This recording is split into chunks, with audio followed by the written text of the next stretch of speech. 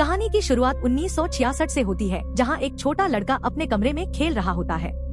अचानक उसे अपनी मां की आवाज सुनाई दी जो उसे बुला रही होती है। वह बाथरूम जाता है और नीचे के कबर्ड को खोलता है जहां वह अपनी मां को देखता है। बहुत ही अजीब हालत में उसकी मां कहती है कि मुझे भूख लगी है और मैं चाहती हूँ कि तुम मेरे लिए कुछ स्नैक्स लेकर आओ। बच्चा फौरन किचन में गया और एक सेब लाकर अपनी मॉम को देता है। उसकी माँ सेब खाती है, जिसके बाद और स्नैक्स मांगती है।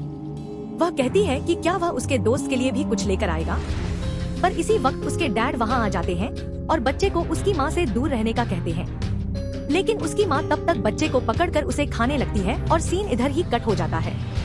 अब हम 1987 में पहुँचते हैं, जहाँ एक कैमरामैन दिखाया जाता है जो एक आदमी हेरोल्ड के पास उसकी डॉक्यूमेंट्री बनाने के लिए आया था। यह डॉक्यूमेंट्री हेरोल्ड के घर में हुई अजीबोगरीब चीजें और फैमिली के साथ होने वाले हादसों पर होती है। हेरोल्ड कैमरामैन को पानी पिलाता है और यह क्लियर होता है कि अब जो डॉक्यूमेंट्री शूट होगी वह हेरोल्ड और उसके बेटे पर होगी। दरअसल हेरोल्ड के बेटे और उसकी वाइफ की कुछ साल पहले मौत हो गई थी और उसके बाद सब लोग हेरोल्ड पर शक करने लगे थे। हेरोल्ड चाहता था कि कैमरामैन उसके सच को सबके सामने लेकर आए कि वह कातिल नहीं है। उसने कैमरामैन को एडवांस में पैसे दिए हुए थे और वह दोनों अपना काम शुरू करते हैं। हेरोल्ड कुर्सी पर बैठ गया और कैमरामैन कैमरा सेट करता है। फिर वह रिकॉर्डिंग शुरू कर देता है। हेरोल्ड अपने बारे में बताने लगा और वह दिन याद करता है जब उसके घर में वह डरावना हादसा हुआ था, यानी जब उसकी वाइफ और बेटी की मौत हुई थी। अपने ऊपर से इल्जाम हटाने के लिए कि वह कातिल नहीं है, हेरोल्ड अपनी कहानी पूरी डिटेल से सुनाने का फैसला करता है और वह सब बताने लगता है जो अब तक उसने छुपाया हुआ था। फिर हेरोल्ड कैमरामैन को बेसमेंट में लेकर जाता है और उसे वह जगह दिखाता है जहां उसकी बीवी की लाश मिली थी। उसने बताया कि मैं एक काम के सिलसिले में काफी दूर गया था, लेकिन जब वापस आया तो मेरी वाइफ की लाश मिली, बहुत बुरी हालत में। उसके चेहरे पर ऐसे तासुरात थे जैसे वह बहुत डरी हुई हो। ऐसा लग रहा था कि मरने से पहले उसने बेसमेंट में कोई चीज देखी थी। उसके हाथ और पैर पर ऐसे जख्म थे जो किसी के काटने की वजह से बनते हैं। हेरोल्ड का कहना था कि जाहिर है पुलिस ने मुझ पर शक किया, लेकिन जब वह दांतों के निशान चेक किए गए तो वह मेरे नहीं थे और दूसरा मेरे खिलाफ कोई सबूत न मिलने पर मुझे उन्होंने गिरफ्तार नहीं किया।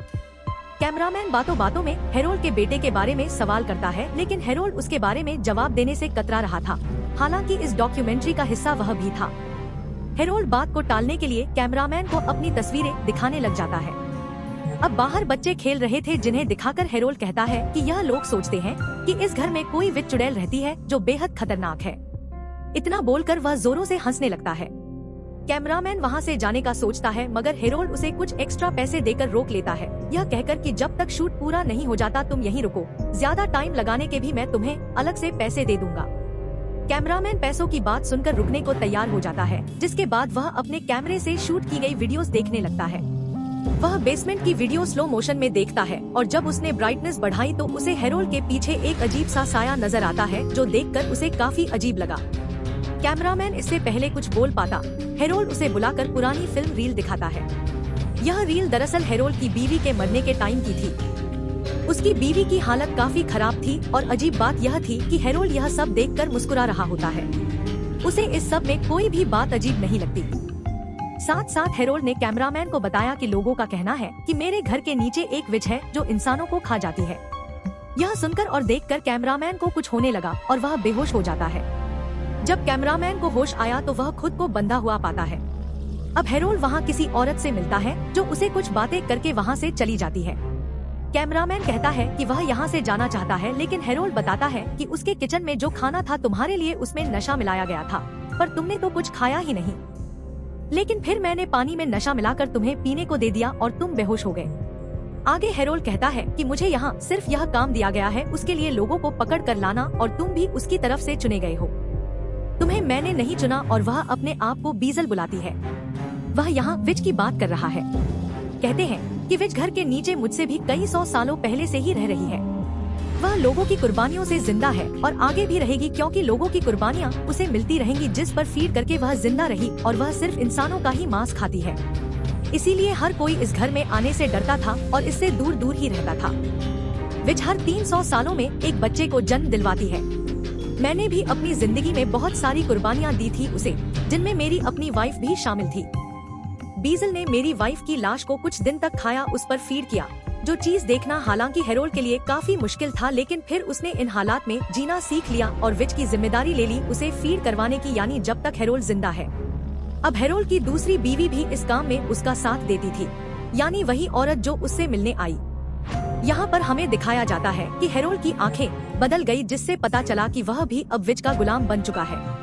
कैमरामैन गुस्से में आकर हेरोल्ड के गले में पेचकस घुसा देता है, जिससे हेरोल्ड गिर जाता है और मरने लगता है। लेकिन तभी यह देखकर बीजल विच को गुस्सा आ गया। वह अंदर आकर कैमरामैन का सर उखाड़ देती है, जिससे उसकी बहुत बुरी मौत हो जाती है। इस खौफनाक हादसे के साथ ही हेरोल्ड भी मर जाता है और उसकी दूसरी बीवी अकेली रह जाती है। अब हम देखते हैं 2003 के टाइम को, जहां हम एक नर्स को देखते हैं जो हेरोल्ड की वाइफ के घर आई होती है उसकी देखभाल करने के लिए। हेरोल्ड की वाइफ अब भी वहीं रह रही होती है और उसकी तबीयत काफी खराब होती है, इसलिए नर्स उसकी केयरटेकर बनकर आई। तब नर्स शार्लेट नाम की एक केयरटेकर की जगह आई, जो किसी वजह से हेरोल्ड की वाइफ को छोड़कर चली गई थी। अब वह वजह क्या थी तो किसी को भी नहीं पता। यह हो सकता है कि उसे भी बीजल के सामने कुर्बान कर दिया हो, या फिर वह खुद ही डर कर भाग गई हो। नर्स हेरोल्ड की वाइफ से मिलती है, जो उसे देखकर अजीब सा मुस्कुराती है। नर्स कुछ समझ नहीं पाई और वह उसे यह कह देती है कि आपकी मुस्कुराहट बहुत प्यारी है, लेकिन उसे अंदाजा नहीं कि इस स्माइल के पीछे एक खौफनाक कहानी छुपी हुई है। इसके बाद नर्स उसके लिए खाना लेकर आती है, लेकिन हेरोल्ड की वाइफ कुछ नहीं खाती। फिर वह उसका चेकअप करती है और इस दौरान जमीन पर एक टेप रिकॉर्डर मिलता है उसे, जो पहली वाली केयरटेकर शार्लेट का था। नर्स वह टेप रिकॉर्डर अपने पास रख लेती है और हेरोल्ड की वाइफ को सुलाकर वहाँ से निकलने लगती है, मगर तभी उसे वहाँ कुछ आवाजें सुनाई देती हैं। जब वह दोबारा हेरोल्ड की वाइफ के पास जाती है तो देखती है कि वह कुछ अजीब बातें कर रही है। हेरोल्ड की वाइफ पता नहीं क्या क्या बातें बड़बड़ा रही थी कि वह उसे ले गई, पहले शार्लेट की बहन को, फिर शार्लेट को। अब यह सुनकर नर्स को समझ आता है कि शार्लेट से पहले उसकी बहन भी यहाँ केयरटेकर बनकर आई थी। अब यह बातें नर्स को समझ नहीं आती, इसलिए वह यहाँ से चली जाती है टेप रिकॉर्डर सुनने के लिए। जब वह रिकॉर्डर प्ले करती है तो उसे शार्लेट की आवाज सुनाई देती है, जो बता रही थी कि हेरोल्ड की वाइफ के साथ अजीब होना शुरू हो गया था, क्योंकि उनकी हालत काफी खराब हो गई। इतनी ज्यादा उनकी तबीयत बिगड़ गई थी कि उन्होंने खाना पीना भी छोड़ दिया था और डॉक्टर ने भी कह दिया था कि उनके पास वक्त बहुत कम है, वह मरने वाली है। लेकिन जब शार्लेट रात में उनके पास गई तो हेरोल्ड की वाइफ के मुंह से वह कुछ डरावनी बातें सुन लेती है। हेरोल्ड की वाइफ ने कहा कि उसकी वजह से शार्लेट की बहन को नुकसान पहुंचा है, अब उसे कोई और भी चाहिए। साथ साथ हेरोल्ड की वाइफ किसी से बात भी कर रही थी, जिसकी आवाज काफी डरावनी थी। अब नर्स उस टेप रिकॉर्डर को काफी गौर से सुन रही होती है, जहां हेरोल्ड की वाइफ उसे कहती है कि बस अब तुम और किसी को नुकसान मत पहुंचाना, शार्लेट की बहन ही काफी है तुम्हारे लिए। पर वह डरावनी आवाज कहती है कि नहीं, मुझे शार्लेट भी चाहिए, जिसके साथ ही रिकॉर्डिंग बंद हो गई। सारी बात जानने के लिए नर्स रिकॉर्डिंग को ऑन करके हेरोल्ड की वाइफ के पास रख देती है। जब वह सो रही होगी नींद में, वह जो कुछ भी बोलेगी वह रिकॉर्ड हो जाएगा। इससे नर्स अंदाजा लगा लेगी कि आखिर इस घर में और हेरोल्ड की वाइफ के साथ प्रॉब्लम क्या है। मगर थोड़ी देर बाद जब नर्स की आंख खुलती है तो वह देखती है कि हेरोल्ड की वाइफ उसके सामने खड़ी है। उसकी आंखें सफेद हो चुकी हैं और चेहरे पर अजीब सी भयानक मुस्कुराहट है। उसे देखने से लग रहा था जैसे वह पजेस्ड हालत में है, यानी उसे उस विच ने अपने कंट्रोल में किया हुआ है। नर्स डर से चीख मारती है, लेकिन फिर समझ आता है कि यह सिर्फ उसका बुरा सपना था। अब जब नर्स रिकॉर्डर सुनती है तो उसे हेरोल्ड की वाइफ की आवाज सुनाई देती है। वह कह रही थी अब बस बहुत हो गया, वह अब बस इस पर ही फीड कर ले। तभी उस रिकॉर्डर से वह डरावनी आवाज सुनाई देती है, जो नर्स को हेलो कह रही होती है, जिसके साथ ही वहाँ अजीब सी हलचल होने लगी। नर्स को बहुत डर लगता है और वह इधर उधर देखती है, पर वहाँ पर कोई भी नहीं होता। अब नर्स नीचे बेसमेंट में जाती है, जहाँ उसे हेरोल्ड की वाइफ की आवाज आती है, जो मदद के लिए चिल्ला रही होती है। नीचे आकर उसे शार्लेट और उसकी बहन के आईडी कार्ड्स मिलते हैं, जिससे वह समझ जाती है कि हेरोल्ड की वाइफ ने ही उन दोनों के साथ कुछ किया है।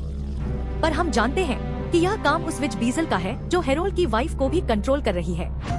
तभी नर्स अपने आसपास किसी को महसूस करने लगती है, इसलिए डर की वजह से वह भागने लगी।